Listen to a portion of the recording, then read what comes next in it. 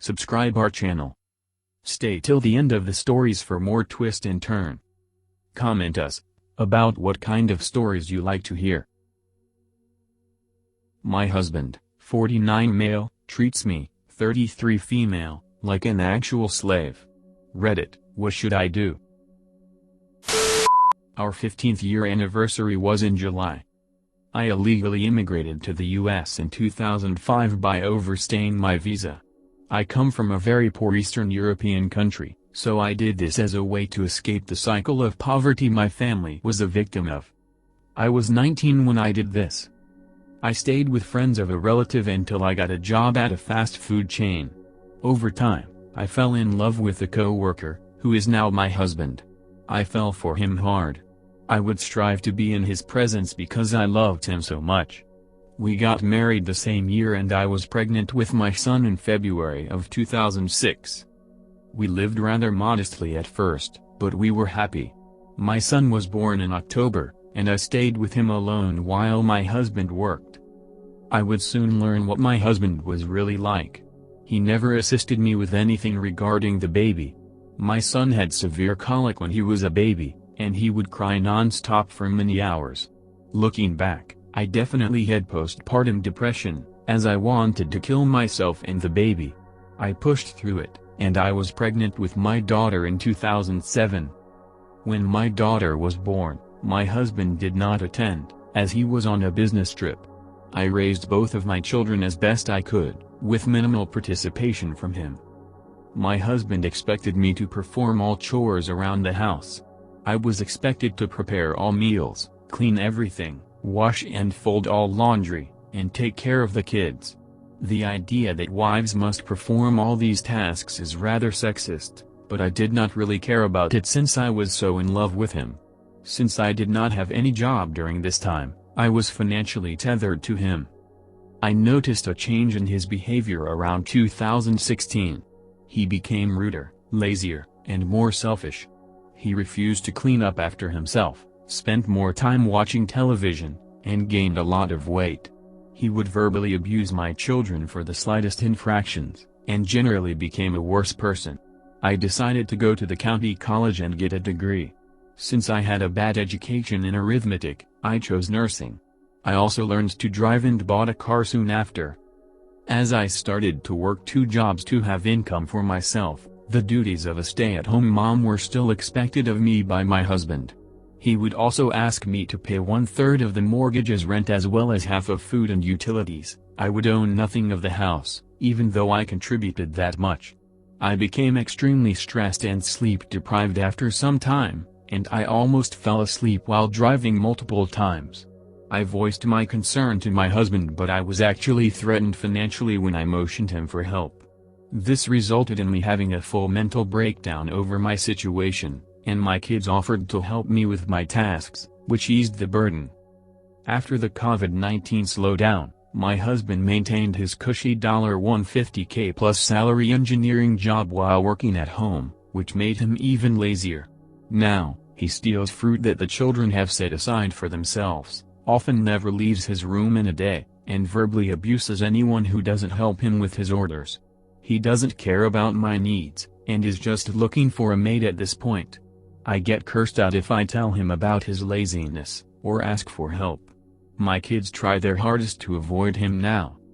He has not fulfilled a single need of mine. He has not ever complimented me or done a favor for me in what seems like years. I am still overworked, and not making any income now. I am borrowing money from him in order to pay for the car fees etc. I've got a job offer that will pay me about 2x my previous incomes, and I'm poised to get it. If I do, I'll finally be making enough money to sustain myself. I'm holding up a marriage totally by myself, and honestly, I'm so sick of him now. I want to leave, but I know it will not be the best for my kids, who are still teenagers. What should I do, Reddit?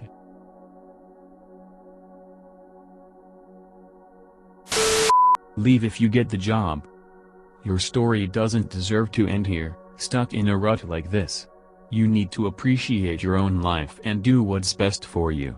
You came from a foreign country, impoverished, and made something of yourself by yourself. You're not a tool for him to be lazy and abusive, you're a person with their own interests and goals. You've made it this far on your own and can continue to do so. If you take the job, leave the man. Get custody of your kids and do something remarkable. You got this. Oh Darl, do not stay for your kids, they are living with an ogre, leave as soon as you can, get legal advice, don't know about your country's laws, but here you would be entitled to half the value of the house, and child maintenance payments, honestly take that lazy prick for every cent you can.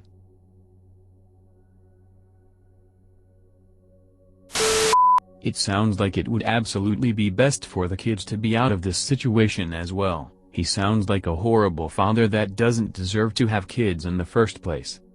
It would be better for everyone if you leave. No more walking on eggshells. You will manage, as it sounds as though you have effectively been a single parent to 3 anyway. You deserve so much better. Good luck. Statute of limitations expired a long while ago and I've been a legal citizen since 2012. But being with that kind of father, one that your children avoid, is good? Really? Both of you guys are showing them how a marriage is. Your daughter will be a maid and your son will be a lazy husband, because that's how they are grown up now. Hope they can see how wrong it is to be like his father. Be brave, leave. Do it for your kids, and because of his behavior it's escalating, who knows when the beat-up will start. I really hope you get that job. It's never too late to start a new and healthy life. I wish you the best. Sorry about my English. You deserve so much better. A marriage is meant to be a partnership, but he thinks he owns you. Divorce him, and take the children out of that nasty atmosphere. He is not only a bad husband but a bad father. Good luck with everything. AITA to ask my friend, single mother, to do a paternity test on her son because I had suspicions my husband is the father? Messy, but I'll make this as short as possible. So one of my best friends had a kid 3 years ago. She said it was a one-night stand and later the guy expressed no interest in being a dad, so she raised her son herself. No one has ever seen this guy, not even me.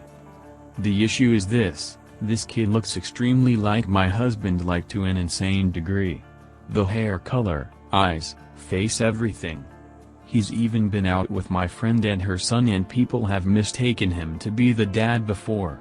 Needless to say, for 3 years now I've had my suspicions, but I haven't said anything. My husband is also close to my friend and the timeline works out. We were all living almost in the same neighborhood around the time she got pregnant. Over the past year it's really eaten at me. I see the resemblance growing more and more. It doesn't help that my friend refuses to show me a picture of her son's biological father no matter how much I asked. It kept spiraling until I had a meltdown and confronted both of them, saying that I will pack up and leave if I don't see a paternity test. Long story short, my friend got a paternity test but said our friendship is over. The test says my husband isn't the father. I feel so ashamed to lose my friend, but I thought my husband would slightly understand since even he sees the obvious resemblance between him and this kid. But he has moved out for the time being and I'm worried this is the end of our marriage. AITA for insisting on that test. I honestly felt like I had no other choice. The resemblance was unavoidable and it was eating at me so much that no amount of therapy could help. I thought my husband would understand my fears, most of all given my history with past cheating exes. Did I fuck up, and how badly? Honestly, I'm seeing a level of compassion here for Op that is never around when it's the guy who wants a paternity test for no reason. That's kind of bothering me. Lots of commenters going, "Oh, I totally understand your paranoia for Op," but I haven't seen understanding even close to that in all the past posts where dudes have been like, "I want a paternity test because my kids look nothing like me, a different race, like someone else." WTF is the difference?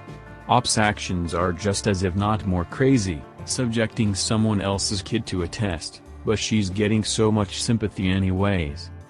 One of the big reasons it happens on Reddit, I personally believe, is because people who have been through similar things gravitate to threads based on the title.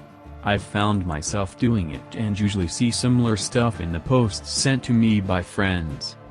After experiencing something sort of similar, I can somewhat understand why people are sympathizing with AITA. Doesn't mean it's right, though. It also sounds like the issues with trusting her husband and her friend would have blown up eventually over this with or without a paternity test. This is a good breakdown. I think the problem with trust, for a lot of people, is that it has to begin with trusting yourself to assess others' trustworthiness. When that faith in yourself has broken down, you really aren't capable of trusting anyone else, no matter how much reason they give you to do so.